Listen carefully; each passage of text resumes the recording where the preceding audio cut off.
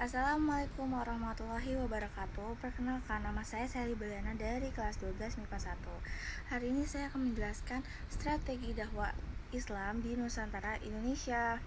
Dari pembahasan tentang masuknya Islam ke Nusantara, dapat dipahami bahwa masuknya agama Islam ke Indonesia terjadi secara periodik, tidak sekaligus. Pada bagian ini akan diuraikan mengenai strategi penyebaran Islam dan media yang dipergunakan oleh para pedagang dan mubalik dalam penyebaran Islam Indonesia. Salah satu arti strategi yang dimuat dalam Kamus Besar Bahasa Indonesia adalah rencana yang cermat mengenai kegiatan untuk mencapai sasaran khusus. Dalam konteks dakwah Islam, strategi dakwah yang dimaksud adalah kegiatan-kegiatan yang dilakukan oleh para mubalik yang membawa misi Islam di dalamnya. Dari kajian di atas dan berbagai literatur, setidaknya dapat beberapa kegiatan yang dipergunakan sebagai kendaraan sarana dalam penyebaran Islam di Indonesia. Di antaranya adalah perdagangan, perkawinan, pendidikan, kesenian, dan tasawuf. Berikut uraian singkat mengenai hal tersebut. 1. Perdagangan. Pada tahap awal, saluran yang dipergunakan dalam proses Islamisasi itu di Indonesia adalah perdagangan. Hal itu dapat diketahui melalui adanya kesibukan lalu lintas perdagangan pada abad ke-7 hingga abad ke-16. Aktivitas perdagangan ini banyak melibatkan bangsa-bangsa di dunia, termasuk bangsa Arab, Persia, India, Cina, dan sebagainya. Mereka turut ambil bagian dalam perdagangan di negara-negara bagian barat, tenggara, dan timur benua Asia. Saluran Islamisasi melalui jalur perdagangan ini sangat menguntungkan karena para raja dan bangsawan turut serta dalam aktivitas perdagangan tersebut. Bahkan mereka menjadi pemilik kapal dan saham pedagang itu. Fakta sejarah ini dapat diketahui berdasarkan data dan informasi penting yang dicatat Tom Peirce bahwa para pedagang muslim banyak yang bermukiman di pesisir Pulau Jawa yang ketika itu penduduknya masih kafir. Mereka berhasil mendirikan masjid-masjid dan mendatangi mula-mulah dari luar, sehingga jumlah mereka semakin bertambah banyak. Dalam perkembangan selanjutnya, anak keturunan mereka menjadi penduduk muslim yang kaya raya. Kedua, perkawinan.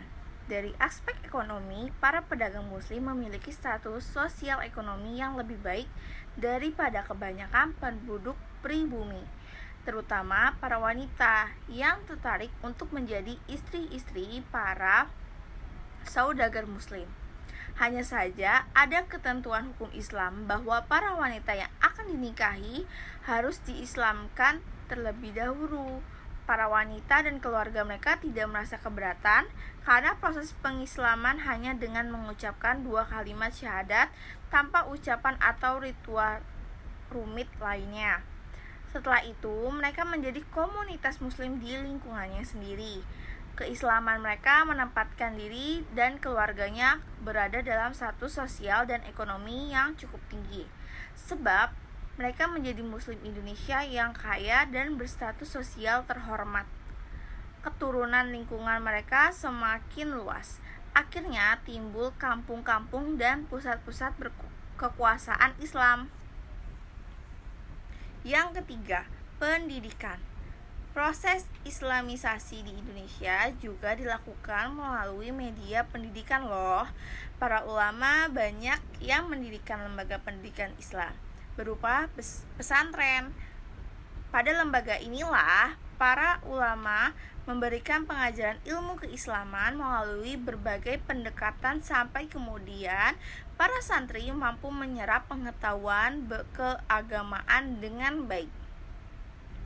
Setelah mereka dianggap mampu, mereka kembali ke kampung halaman untuk mengembangkan agama Islam dan membuka lembaga yang sama. Dengan demikian, semakin hari lembaga pendidikan pesantren mengalami perkembangan baik dari segi jumlah maupun mutunya. Lembaga pendidikan Islam ini tidak membedakan status sosial dan kelas. Siapa saja yang berkeinginan mempelajari atau memperdalam pengetahuan Islam diperbolehkan memasuki lembaga pendidikan ini. Dengan demikian, pesantren-pesantren dan para ulamanya telah memainkan peran yang cukup penting di dalam proses kecerdasan kehidupan masyarakat, sehingga banyak masyarakat yang kemudian tertarik memasuki Islam. Di antara lembaga pendidikan pesantren yang tumbuh pada masa awal Islam di Jawa adalah pesantren yang didirikan oleh Raden Rahmat di Ampel Denta. Kemudian, pesantren Giri didirikan oleh Sunan Giri. Popularitasnya melampaui batas Pulau Jawa hingga ke Maluku. Masyarakat yang mendiami Pulau Maluku, terutama Hitu, banyak yang berdatangan ke pesantren Sunan untuk belajar ilmu agama Islam. Bahkan Sunan Giri dan para ulama lainnya pernah diundang ke Maluku untuk memberikan pelajaran agama Islam. Banyak di antara mereka yang menjadi khatib, muazin, hakim, atau qadli dalam masyarakat Maluku dengan memperoleh imbalan cengkeh. Yang keempat, jalur lain yang juga tidak kalah pentingnya dalam proses islamisasi di Indonesia adalah tasawuf. Salah satunya sifat khas dari ajaran ini adalah akomodasi terhadap budaya lokal, sehingga menyebabkan masyarakat Indonesia yang tertarik menerima ajaran tersebut. Pada umumnya, para pengajar tasawuf atau para sufi adalah guru-guru pengembara. Dengan sukarela mereka menghayati kemiskinan, juga seringkali berhubungan dengan perdagangan. Mereka mengajarkan teosofi yang telah bercampur dengan ajaran yang sudah dikenal luas masyarakat Indonesia. Mereka mahir dalam hal magis dan memiliki kekuatan penyembuhan. Di antara mereka ada juga yang menikahi gadis-gadis para bangsawan setempat. Dengan tasawuf, bentuk Islam yang diajarkan kepada para penduduk pribumi mempunyai persamaan dengan alam. Pikiran mereka yang sebelumnya memeluk agama Hindu, sehingga ajaran Islam dengan mudah diterima mereka. Di antara para sufi yang memberikan ajaran yang mengandung persamaan dengan alam. Pikiran Indonesia pra-Islam adalah Hamzah Fansuri di Aceh, Syekh Lemah Ambang, dan Sunan Panggung di Jawa. Ajaran mistik seperti ini terus dianut bahkan hingga saat ini. Kelima adalah kesenian. Saluran islamisasi melalui kesenian yang paling terkenal adalah melalui pertunjukan wayang. Seperti diketahui bahwa Sunan Kalijaga adalah tokoh yang paling mahir dalam mementaskan wayang. Dia tidak pernah meminta upah materi dalam setiap pertunjukan yang dilakukan. Sunan Kalijaga hanya meminta kepada para penonton untuk mengikutinya mengucapkan 2 kalimat syahadat. Sebagian besar cerita wayang masih diambil dari cerita Ramayana dan Mahabharata, tetapi muatan berisi ajaran Islam dan nama-nama pahlawan Muslim. Selain wayang, media yang dipergunakan dalam penyebaran Islam di Indonesia adalah seni bangunan, seni pahat atau seni ukir, seni tari, seni musik, dan seni sastra. Di antara bukti yang dihasilkan dari pengembangan Islam awalnya adalah seni bangunan Masjid Agung Demak, Sendang Duwur, Agung Kesapuhan, Cirebon, Masjid Agung Banten, dan lain sebagainya. Seni bangunan masjid yang ada merupakan bentuk akulturasi dari budaya lokal Indonesia yang sudah ada sebelumnya, seperti bangunan candi, salah satu dari sekian banyak contoh yang dapat disaksikan hingga saat ini. Hal ini merupakan sekali lagi bahwa proses penyebaran Islam di Indonesia yang dilakukan oleh para penyebaran Islam melalui cara-cara damai dengan mengakomodasi kebudayaan setempat.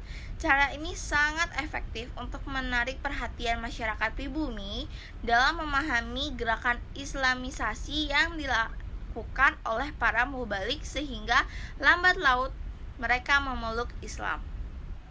Sekian dakwah strategi dakwah penyebaran Islam. Maaf kalau banyak salah kata. Assalamualaikum warahmatullahi wabarakatuh.